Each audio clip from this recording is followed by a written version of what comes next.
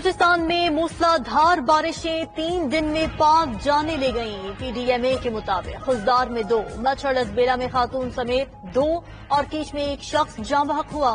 گوادر، کوہلو، تربت، سبی اور ڈھاڈھر سمیت کئی علاقوں میں بادل جم کر برسے۔ ندی نالوں میں طغیانی، سناری پل سیلابی ویلے میں بہنے سے کوہلو کا اندرون بلوچستان سے زمینی رابطہ منقطع۔ اہم شاہراہوں پر لینڈ سلائیڈنگ سے راستے بند، گاڑیوں کی قطاریں لگ گئیں۔ کوہلو کوئٹہ قومی شاہراہ بحال نہ ہو سکی۔ جیکب آباد کراچی شاہراہ 10 گھنٹے سے بند، متبادل راستے بھی بہہ گئے۔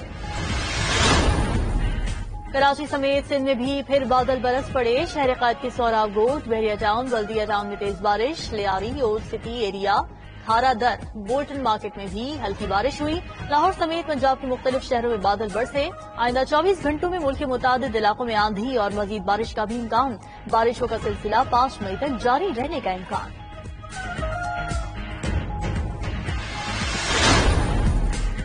سندھ کے کچے میں ڈاکوؤں کا راج برقرار۔ گوٹکی میں موٹر وے 5 پر گاڑی پر حملہ، فائرنگ کر کے 2 افراد کو زخمی کر دیا، 2 اغوا کر لیے۔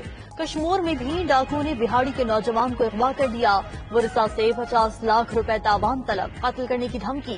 آئی جی سندھ شہید، 2 اہلکاروں کی تعزیت کرنے بخشا پور پہنچ گئے۔ ولادات تھانے کے علاقے سے 2 پولیس اہلکار نور نبی بھٹی اور شمس الدین کھوسو کو اغوا کر لیا گیا۔ راجن پور کے کچے میں پولیس نے میاں والی دن کا کنٹرول سنبھال لیا، ڈاکوؤں کو ٹھکانوں اور کمین گاہوں کو آگ لگا کر تباہ کر دیا۔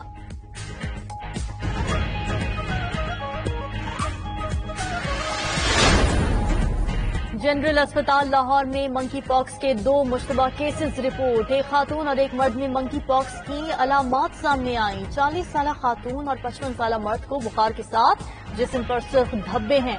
قومی ادارہ صحت کا کہنا ہے کہ منکی پاکس کا کوئی علاج نہیں، بچاؤ کا واحد حل احتیاط ہے۔ وائرس کا شکار افراد پینیڈول، پیراسیٹامول اور بروفین کا استعمال کریں، ہاتھ بار بار دھوئیں، سینیٹائزر کا استعمال یقینی بنائیں۔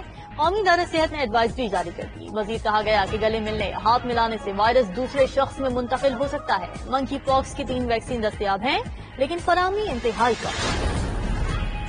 کاغان کے قریب گلیشیئر پھٹ گیا، کاغان ناران روڈ ہر قسم کی ٹریفک کے لیے بند، ضلعی انتظامیہ NHA محکمہ سیاحت خیبر پختونخوا نے سڑک کھولنے کے لیے اقدامات شروع کر دیے۔ ناران روڈ پر چٹا کٹھا کے مقام پر گلیشیئر ہٹانے اور روڈ صفائی پر کام تیزی سے جاری۔ گوریا چھنچ ناران کے مقام پر دوسرے بڑے گلیشیئر سے بھی راستہ بند۔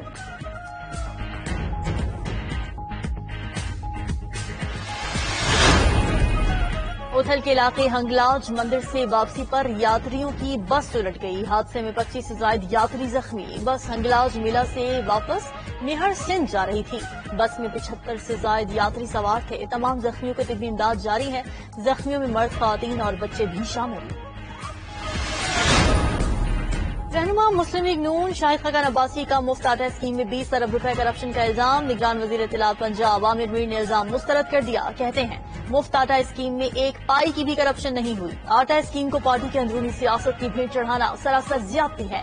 عطا اللہ تارڑ نے شاہد خاقان کی گفتگو کو حقائق کے برعکس قرار دیا، کہا کسی قسم کی بدعنوانی کا سوال ہی پیدا نہیں ہوتا۔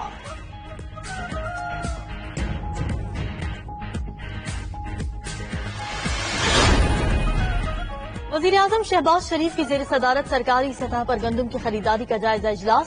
وزیر اعظم کا ملک میں گندم کی 2 crore 75 lakh metric ton record پیداوار پر اظہار تشکر۔